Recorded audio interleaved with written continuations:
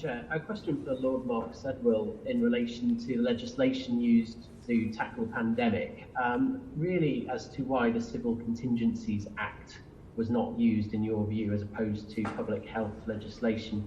And I ask that as a Welsh MP because I understand that Civil Contingencies Act is UK-wide and it might well have helped to overcome some of the political disagreement that we've had during the last several months and arguably as a consequence reduced confidence in the public carrying out the measures, duplication, compliance and so forth.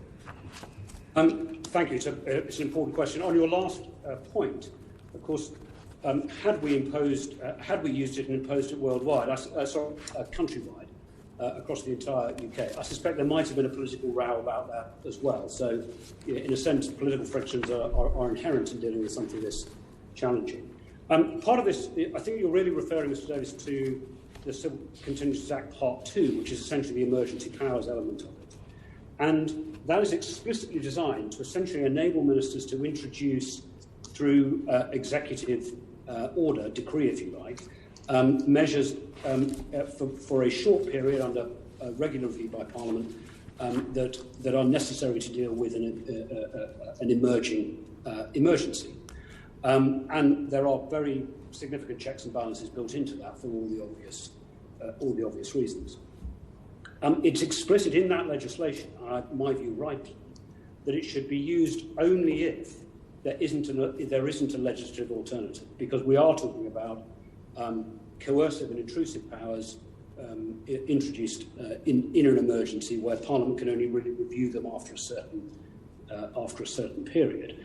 And it is better if we can, and we reckon we did have time to do this in the case of the pandemic, to introduce powers under proper scrutiny by Parliament, legislation, the Coronavirus Act, etc., in the spring, that are bespoke to the circumstances at the time, and frankly aren't too broad-brush and couldn't be abused. You're right, of course, that inevitably meant that there was some difference in the approach, the legislative approach that was taken across the four nations and administrations.